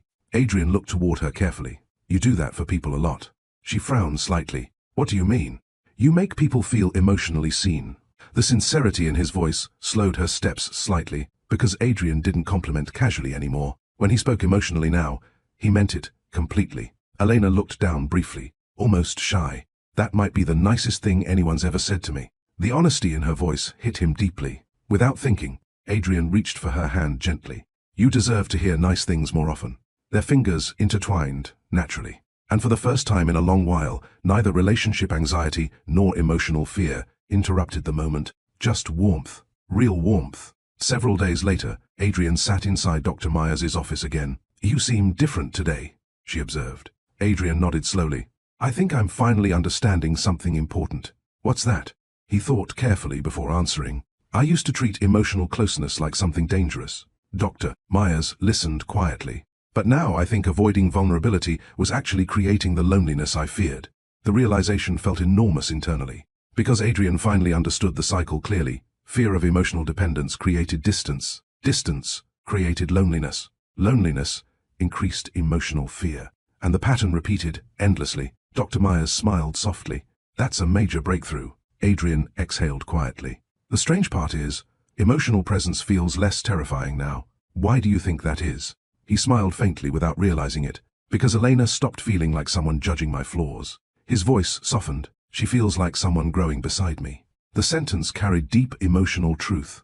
Because healthy love was changing Adrian's understanding of intimacy completely. Not ownership. Not perfection. Not emotional performance. Partnership. Growth. Mutual honesty. That evening, Adrian invited Elena to his penthouse for dinner. Halfway through the meal, while city lights shimmered beyond the windows, Elena looked around thoughtfully. You know what's strange? What? This place used to feel intimidating. Adrian smiled slightly. And now? Now it just feels like your apartment. He laughed softly. That's disappointingly normal. No, she corrected gently. It's healthy. Adrian looked toward her carefully. You really believe people can change emotionally? Elena met his eyes directly. I think people can change when they stop protecting their ego more than their relationships. The sentence landed beautifully inside him, because that was exactly what he'd been doing for years. Protecting image, protecting control, protecting emotional safety, while intimacy quietly suffered underneath. Adrian stood slowly from the table and walked toward the windows overlooking Chicago. Elena joined him moments later. The city glowed endlessly beneath them, millions of stories unfolding simultaneously. Adrian stared quietly at the skyline. "You know," he said softly, "for most of my life I thought strength meant needing nobody." Elena rested lightly beside him. "And now?" Adrian turned toward her slowly. "Now I think real strength is staying emotionally open, even when it scares you." The silence after that felt deeply peaceful. Not because all their problems disappeared, but because both of them were finally learning how to stay emotionally present instead of running from discomfort. And maybe that was the true difference between unhealthy love and healthy love. Not the absence of fear, but the willingness to grow anyway. Sometimes, the moments that change our lives do not look important while they are happening. A wrong turn, a delayed flight, a random conversation, one accidental decision made during emotional exhaustion, and years later, we realize entire futures quietly began there. That thought stayed with Adrian constantly now whenever he remembered the hotel room, the wrong floor, the wrong door, and somehow, the right person. Nearly a year had passed since that rainy night in Chicago. Winter slowly faded into spring, while life around them continued changing gently. Not perfectly, but honestly. Adrian still worked long hours. Elena still struggled occasionally with fears of emotional disappointment. They still argued sometimes, still misunderstood each other occasionally. But now, conflict no longer felt like emotional destruction. It felt like two imperfect people learning how to love more consciously. And that changed everything. One Saturday afternoon, Adrian and Elena walked together through Millennium Park while sunlight warmed the city after months of cold weather. Children laughed near the fountain. Street musicians played jazz nearby. Tourists crowded sidewalks taking photographs. Elena lifted her camera toward the skyline thoughtfully. "You know what I've realized lately?" Adrian glanced toward her. "What?" "Healthy love is actually kind of boring sometimes." He laughed immediately. "That sounds terrible." "No, listen." She lowered the camera with a smile. "I spent years thinking emotional chaos meant passion." Adrian nodded slowly. "A lot of people do. But peace?" Elena continued softly. "Peace felt unfamiliar enough that I almost mistook it for lack of intensity." The sentence lingered deeply between them, because both of them understood now how easy it was to confuse emotional instability with love. Adrian slipped his hands into his coat pockets thoughtfully. "I think people raised around emotional inconsistency often mistake anxiety for connection." Elena stopped walking briefly. "That sounded extremely therapy-informed." He smiled faintly. "Turns out, emotional health has vocabulary." She laughed softly again. God, that sound still affected him. Not because it was rare anymore, because he never wanted to become careless about it. They continued walking slowly beneath soft spring sunlight. And for a while, neither spoke. Comfortable silence now existed naturally between them. That alone still amazed Adrian sometimes, because he once feared silence inside relationships. Now silence often felt intimate instead of threatening. Elena suddenly glanced toward him. "You've changed a lot." Adrian smiled slightly. "So have you." "No, seriously." She slowed her pace thoughtfully. "You used to emotionally brace yourself whenever conversations became vulnerable." He looked ahead quietly. "Yeah, and now?" Adrian considered the question carefully. "Now I think vulnerability feels less dangerous when you stop seeing relationships as performances." The maturity in his own voice still surprised him sometimes. A year earlier, he would never have spoken this way. Not because he lacked intelligence, because he lacked emotional awareness. And emotional awareness changes everything once people stop resisting it. Elena looked toward the crowded city around them thoughtfully. "You know what scares me now?" "What?" "How close we came to repeating all our unhealthy patterns permanently." Adrian's chest tightened slightly, because that fear was real. If neither of them confronted their wounds honestly, their relationship could have quietly collapsed beneath emotional habits inherited long before they met each other. Adrian stopped walking briefly beside the river. "You know something strange?" "What?" "I used to believe relationships failed because people stopped loving each other." Elena listened carefully. "But now, I think a lot of relationships fail because people stop understanding themselves." The sentence settled heavily between them. Because self-awareness had saved them as much as love itself did. Without it, they would have kept hurting each other unconsciously. Elena reached for his hand gently. "That might be the smartest thing you've ever said. That's incredibly offensive considering my educational background." She laughed again. Then, her expression softened thoughtfully. "I'm serious though." She squeezed his hand lightly. "You became brave enough to look honestly at yourself." Adrian looked down quietly. "So did you." Because Elena changed too. She no longer minimized her emotional needs automatically, no longer apologized for vulnerability constantly, no longer expected abandonment at the first sign of emotional inconsistency. Growth had reshaped both of them, not magically, gradually, and perhaps gradual healing was the most authentic kind. Later that evening, They returned to Elena's apartment carrying takeout containers and tired smiles after spending the entire day walking through the city. Soft golden light filled the apartment while jazz played quietly from an old speaker. The atmosphere felt warm, lived in, peaceful. Adrian helped unpack food onto the kitchen counter while Elena checked her email absent-mindedly. Then, suddenly, she froze. What? Elena stared at the screen silently. Wow. Adrian stepped closer. Good wow or bad wow? She looked up slowly. I got it. Got what? The International Photography Fellowship. His eyes widened immediately. Elena. She covered her mouth briefly, emotional disbelief flooding her expression. It's 6 months in Paris. Adrian's chest tightened unexpectedly. Not from jealousy, fear, because 6 months suddenly felt enormous. Elena looked at him carefully now, immediately noticing the emotional shift on his face. There it is, she said softly. Adrian blinked. What? That look. He exhaled slowly. I'm happy for you. I know, but... Adrian looked away briefly toward the apartment windows. The truth came quickly and painfully. I'm scared. The honesty filled the room heavily. Elena walked toward him slowly. Of what? Distance. His voice sounded quieter now, more vulnerable. I know what emotional distance can do to relationships. Elena's expression softened immediately, because she understood the fear beneath his words. Not control, not selfishness. Fear of losing connection. And maybe the most important difference now was this. Instead of hiding the fear emotionally, Adrian spoke it honestly aloud. For several quiet seconds, neither Adrian nor Elena spoke. The apartment suddenly felt smaller somehow, not uncomfortable, just emotionally important. Outside the windows, Chicago glowed beneath soft evening rain, while Elena still held her phone tightly in her hand. Paris, 6 months, the opportunity of a lifetime. And standing there in the kitchen together, both of them understood something immediately. This moment would reveal whether their relationship had truly grown healthier, or whether fear would quietly control them again. Elena studied Adrian carefully. You're really scared. Adrian gave a small laugh, without humor. Apparently I've become emotionally transparent now. That's actually progress. He smiled faintly despite himself. But the fear remained real, because old versions of Adrian would have handled this situation badly, pretended not to care, emotionally withdrawn, secretly resented the distance, or worse, tried controlling the situation indirectly. But therapy and self-awareness had changed something important inside him. Now he recognized fear while it was happening. And recognition creates choice. Elena stepped closer, carefully. You know what's strange? What? A year ago, I think this conversation would have gone completely differently. Adrian nodded slowly. Yeah, you would have buried yourself in work, instead of admitting you were afraid. That sounds accurate. Elena smiled softly. And I would have assumed your emotional withdrawal meant you didn't love me enough. The honesty between them felt almost sacred now, because neither person was hiding behind pride anymore. Just truth. Adrian leaned back lightly against the kitchen counter. I don't want fear making decisions for us anymore. Elena's eyes softened immediately. That sentence mattered, because unhealthy relationships are often controlled silently by fear. Fear of abandonment, fear of vulnerability, fear of disappointment, fear of losing independence. And for the first time, both of them were finally speaking those fears openly, instead of letting them quietly shape behavior underneath the surface. Elena placed her phone down slowly. I'm scared too. Adrian looked surprised. You are? Of course. She crossed her arms gently. Long-distance relationships expose everything. The sentence lingered heavily, because it was true. Distance magnifies communication problems, emotional inconsistency, avoidance, all the wounds they had spent months healing together.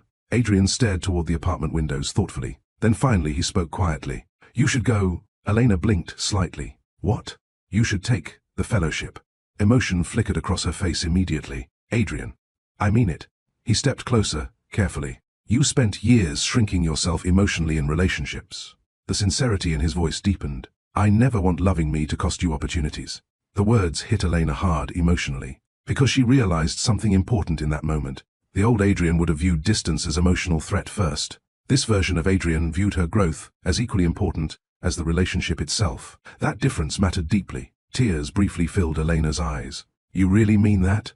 Adrian nodded slowly. Yes. Then he smiled faintly. Besides, we literally survived you waking up beside a drunk stranger. I think we can survive Paris. She laughed through tears immediately. And somehow, that mixture of emotion felt perfect for them. Real, human, imperfect. Elena stepped into his arms, slowly then. Adrian held her tightly, while rain tapped softly against the apartment windows around them. Neither spoke for several moments, because some emotional truths don't require language. Eventually, Elena pulled back slightly. You know something? What? I think this relationship became healthy the moment we stopped trying to protect ourselves from each other emotionally. The sentence wrapped warmly around Adrian's chest. Because she was right, love deepened after honesty entered it fully, not before. Adrian touched her face gently. You changed my understanding of relationships completely. Elena smiled softly. You changed mine too. That night, they sat together on the apartment balcony wrapped in blankets while city lights shimmered endlessly below them. The rain had stopped. Cool spring air drifted softly through the night. Adrian looked out across Chicago thoughtfully. You know what I keep thinking about? What? If I hadn't gotten drunk that night. Elena laughed immediately. Still unbelievable, by the way. He smiled. But, seriously. His voice softened. One wrong elevator. One wrong hotel room. Elena leaned lightly against his shoulder. And somehow, our entire lives changed. The silence afterward felt reflective. Then Adrian spoke quietly. I spent years believing life changed through major decisions. Elena looked up toward him. But honestly, he continued softly, I think life changes through small moments we almost ignore. The maturity in his voice carried deep peace now. Because Adrian no longer viewed love as dramatic rescue. He understood it differently. Love was growth, awareness, effort, presence, and perhaps most importantly, choice. The choice to remain emotionally open, even when fear made avoidance easier. Elena traced her fingers lightly against his hand. You know what your biggest change was? What? You stopped treating vulnerability like weakness. Adrian smiled faintly. Therapy would love hearing that. I'm serious. She looked directly at him. You finally understood emotional openness isn't losing control. Her voice softened warmly. It's trust.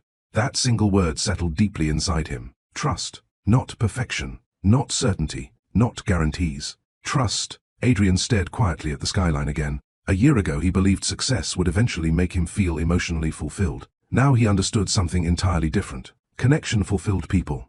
Honesty fulfilled people. Being emotionally known fulfilled people. Achievement alone could never replace that. Elena rested her head lightly against his shoulder, while the city glowed around them peacefully. Do you regret that night? She asked softly. Adrian smiled slowly. The wrong hotel room? Yeah. He thought about it carefully, then answered with complete honesty. No. And he meant it deeply. Not because their relationship had been perfect. It wasn't. They struggled, misunderstood each other, confronted painful emotional truths. But through all of it, they learned something many people spend entire lives missing. Real love is not finding someone flawless. It's finding someone willing to grow beside you honestly. Someone who makes emotional truth feel safer than emotional performance. Someone who helps you become more yourself instead of less. The city lights shimmered endlessly below, while silence wrapped peacefully around them. And somewhere inside that quiet moment, Adrian finally understood the lesson that changed his life forever. Sometimes the greatest thing that can happen to a person begins as a mistake. If this story touched your heart, then remember this lesson long after the video ends. Real love is not about perfection, luxury, or dramatic promises. Real love is about emotional honesty, growth, consistency, and finding someone who makes you feel safe enough to become your true self. So tell me in the comments, what was the biggest life lesson you learned from Adrian and Elena's journey? And if you believe stories like this can help people heal, reflect, and love better, don't forget to like this video, subscribe to Love Stories by Mr. Johnson, and share this story with someone who needs to hear that healthy love still exists.